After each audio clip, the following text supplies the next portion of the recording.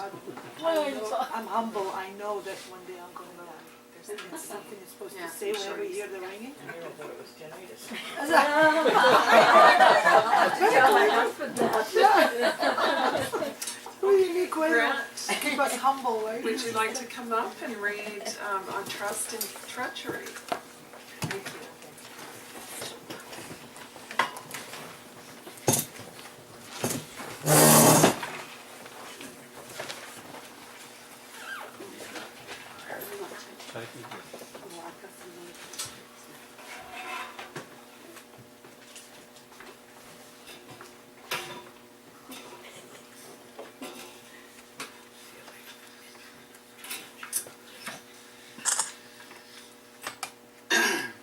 It's an essay.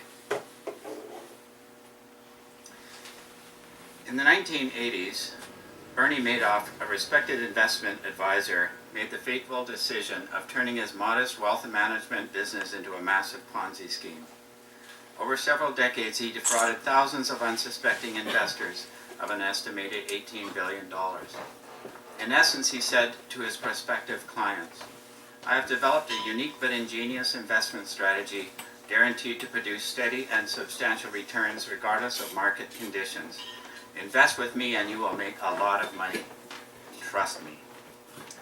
Myriad investors, naive amateur traders, as well as seasoned professional fund managers, took him at his word. Why did they trust him? Trust, simply put, is confidence that what we expect to happen will happen.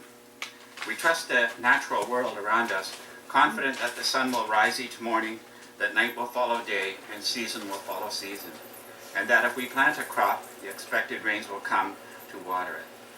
Without such trust, we would be paralyzed, unable to order our lives, and unwilling to put forth the effort needed for survival. We have enduring faith in the perpetual and predictable rhythms of nature. We also trust people, a confidence learned in infancy. At this stage in our development, we are completely dependent on others for our care and comfort, to be fed when we are hungry, to be bathed and reclothed when we are wet or soiled, to be held and comforted when we are frightened, injured, or ailing. When our physical and psychological needs are consistently met with warmth and affection during our first weeks and months of life, we develop a deep and abiding trust in our parents and other caregivers who make our world seem safe, predictable, and benevolent. As we grow older, we transfer this parental trust and confidence to other important people in our lives: teachers, coaches, employers, political leaders, police officers, scientists, doctors, tradesmen, and even investment advisors. We believe that they have the knowledge, the experience, and the intention to do good things on our behalf. Thus, we trust airline pilots to get us safely to our destination, confident that they are properly trained, that they are well rested and alert, that they are rational, optimistic, and happy, and that they have interesting plans for tomorrow. We confidently rely on those who possess expertise or hold positions of authority.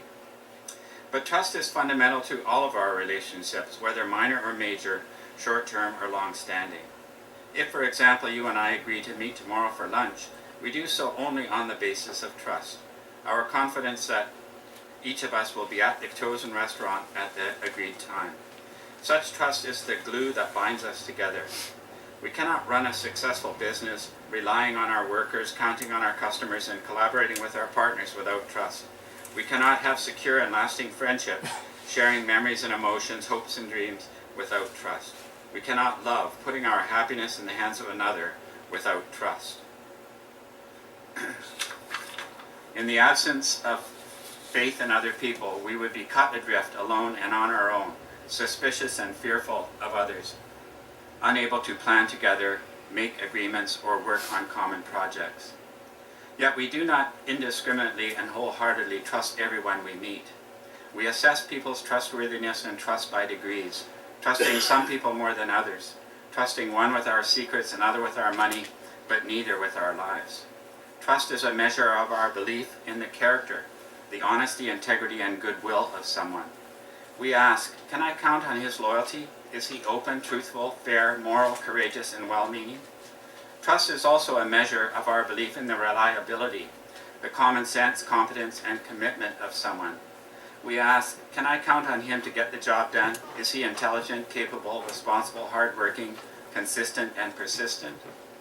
In the end, we want to know, who can I trust to keep my secrets, teach my child, run my business, or invest my savings? Trust must be earned and is based on both research and intuition, our information about and our feeling about a person. Though we have a natural desire and practical need to trust other people, trust is fraught with risk and danger. It is, simply put, an act of faith that a person will do what we expect him to do, to speak the truth, complete a task, keep a promise, or honor a vow.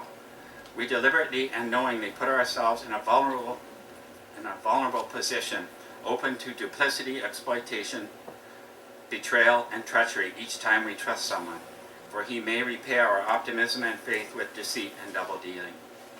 Is trust then worth the risk? Let's consider the fate of Julius Caesar. After defeating Pompey in his struggle for control of Rome, Caesar forgave Brutus for supporting his rival, accepted him into his inner circle of favorites, appointed him to several important political posts, and considered him a friend. Obviously, he trusted Brutus, confident that he would be open, honest, and loyal. Instead, when Caesar made himself dictator for life, threatening the existence of the Roman Republic, Brutus joined a cabal of senators plotting to assassinate him. The conspirators gathered around him in the Senate on the Ides of March 44 BC and assailed him with daggers drawn. Caesar at first resisted, but seeing Brutus among the attackers, gave up the struggle and resigned himself to his fate. As he fell, Shakespeare has him plaintively ask his friend, "Et tu, Brute?" Brutus thus betrayed the man who had pardoned him, befriended him, and trusted him. He literally and figuratively stabbed his friend in the back, demonstrating just how malicious and destructive treachery can be. Was Caesar wrong to trust Brutus? Caesar trusted Brutus because that was what friendship required, and he needed high-born friends and supporters like Brutus and the other senators to maintain his position as ruler of Rome. He could have maintained a bodyguard, withholding trust and building a protective barricade of caution, cynicism, and suspicion around himself, but that would have left him friendless, isolated, and alone, without confidants, companions, or kindred spirits. He chose to tear down such a barrier to friendship and to trust that Brutus would live up to his moral duty to be a trustworthy and loyal friend. We must do the same. Because we are social, interdependent beings, trust is a must. It is the foundation upon which we build functional, healthy, secure, and durable relationships. It is the pillar upon which we construct safe, peaceful, and productive communities. Trust, more than anything else, connects and unites us. It expresses our confidence in the goodness and competence of others. It promotes togetherness, cooperation, and teamwork. It fosters feelings of optimism and peace of mind. It frees us from the stress and anxiety that comes with doubt and worry about what others might do. We must trust the trustworthy people around us and leave it at that. It is not surprising, then, that so many people trusted Bernie Madoff. He was a licensed financial expert in whom regulatory authorities tacitly expressed confidence.